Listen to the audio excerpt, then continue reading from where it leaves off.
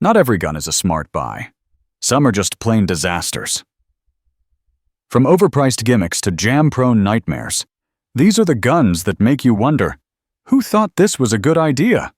Whether it's poor reliability, awful ergonomics, or just flat-out dumb design, we're counting down the top 8 guns that only an idiot would buy. Don't be that guy.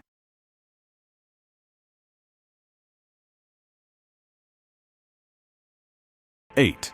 Cobra FS380 Derringers. Cobra pistols, the gun you buy when you've given up. Cobra pistols, also sold under names like Jimenez, Phoenix, and other sketchy rebrands, are the bottom of the barrel. They're often priced so low it feels like a trap, and in a way, it is. These guns look and feel like dollar store squirt guns loaded with real ammo. But the real danger isn't just how cheap they feel, it's how dangerously unreliable they are. Why it's bad. Brakes with minimal range use feels more like a toy than a tool. Questionable safety mechanisms. Awful pot metal construction prone to cracking. These pistols are notorious for catastrophic failures, slides cracking, safeties failing, parts snapping mid-use. Even hardcore budget shoppers steer clear. They've become a meme in the gun world for a reason. If your life depends on your firearm, this shouldn't even be a last resort. It shouldn't be considered at all. 7. High-point 9mm. High-point pistols. The brick that somehow fires. Yes, it's cheap. Yes, it goes bang. But have you ever actually held one? It's like gripping a car battery with a glue stick for a trigger. High-point pistols have gained cult status for being affordable and functional, but the experience is anything but confidence-inspiring. Why it's bad. Trigger feel best described as soggy glue stick. Ergonomics of a brick taped to a shovel. Struggles to feed hollow points reliably. Plastic mushy sights that feel like kids' toys. To be fair, it can go bang, and it's better than nothing. But with laughable ergonomics, constant cycling issues, and build quality that screams garage project, trusting your life to one is a gamble. Hi-Point knows its market. Folks who want a gun on a shoestring budget. And if you're buying one as a range novelty, fine. But for serious defense, the joke's on you. 6. Desert Eagle 50 AE Desert Eagle. Because recoil therapy isn't real therapy. Look, we get it. The Desert Eagle is a legend. It's massive, flashy, and straight out of every 90s action movie. But let's be real, carrying one for self-defense? That's pure clown shoes territory. Why it's bad for carry. Recoil that slaps your soul into next week. Weighs more than your average laptop. Magazines hold less than your grandfather's revolver. Ammo runs 2 plullers per round. On sale. Concealing it requires being 6'8" or wearing a trench coat in July. Sure, the Deagle turns heads at the range and racks up Instagram likes like crazy, but in the real world, it's bulky, impractical, and downright laughable as an everyday carry gun. You're not John Wick, you're a guy with back pain and empty pockets. If you're trying to appendix carry this beast, it's time to reevaluate your life choices. It's a fun range toy and movie prop, but when it comes to real-world defense, hard pass. 5. Kel-Tec Sub-2000 Gen 1 Kel-Tec Sub-2000 Gen 1. Folds in half, functions in quarters. The Kel-Tec Sub-2000 Gen 1 is what happens when innovation outruns quality control. On paper, it's brilliant, a folding 9mm carbine that stows in a backpack. In reality, it feels like it was assembled in someone's garage during a thunderstorm. Why it's bad. Ergonomics that seem designed by aliens. Recoil that somehow punches harder than 9mm should. Feels like it's made from recycled lawn furniture. Long-term reliability that's anything but. Shooting it isn't exactly pleasant. The cheek weld is awkward, the charging handle is in the worst possible spot, and the entire platform flexes like a dollar store lawn chair. It can work, but often doesn't for long. If you're stuck on getting one, go for the Gen 2, which patches some of the glaring flaws, but frankly, you're better off skipping the dice roll altogether and grabbing a Ruger PC carbine. It may not fold, but at least it fires every time. 4. Sig Sauer Mosquito. Sig Sauer Mosquito. Sig name, dollar store performance. On the surface, the Sig Mosquito looked promising, a scaled-down rimfire version of the iconic P226. But once you pulled the trigger, the illusion shattered fast. It looked like a Sig, sure, but it felt like a cap gun and jammed like a vending machine eating your last dollar. Why it's bad. Won't run bulk 22 LR without constant malfunctions. Trigger is long, heavy, and gritty. Truly awful.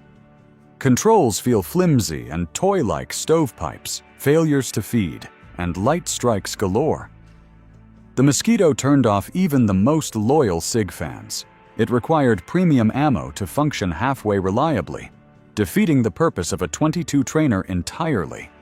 And with a trigger pull that feels more like a punishment than a press, it offered little value for new shooters or seasoned ones alike. If you're after a rimfire pistol for training or fun, go with something proven, like the Ruger SR22 or Walther P22Q. The Mosquito? Leave it right where it belongs, on the shelf of guns you regret, right next to your High Point and Broken Promises. 3 Springfield XDE. In an era dominated by reliable, easy-to-run striker-fired pistols, Springfield decided to roll the dice with a hammer-fired DASA carry gun, the XDE. The idea? Mix modern polymer design with old-school trigger mechanics. The result? A pistol that confuses new shooters and frustrates experienced ones. Why it's bad. Long, gritty double-action first pull.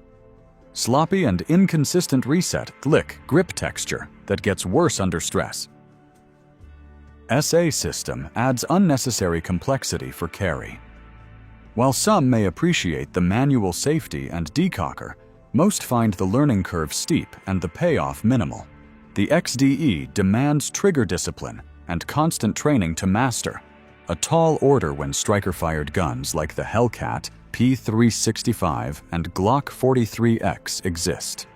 The DASA format isn't bad by nature. It's just out of sync with what today's carry market demands: simplicity, consistency, and performance under pressure.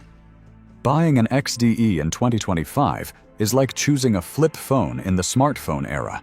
Technically functional, but why bother? 2. Rossi RS22 Semi-Auto Rifle. Rossi RS22 Budget Blaster. Until it stops blasting. At first glance, the Rossi RS22 seems like a solid deal. It's lightweight, has decent lines, and promises rimfire fun at a price that's hard to beat. But dig a little deeper, and especially after a few hundred rounds, you start to see where the corners were cut. Why it's bad.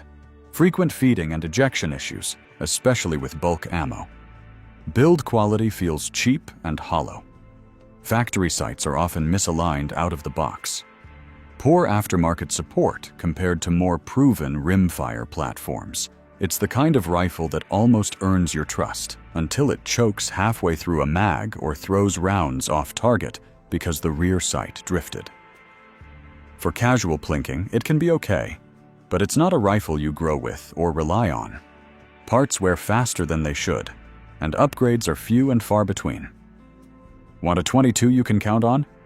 Spend the extra $50 and get a Ruger 1022.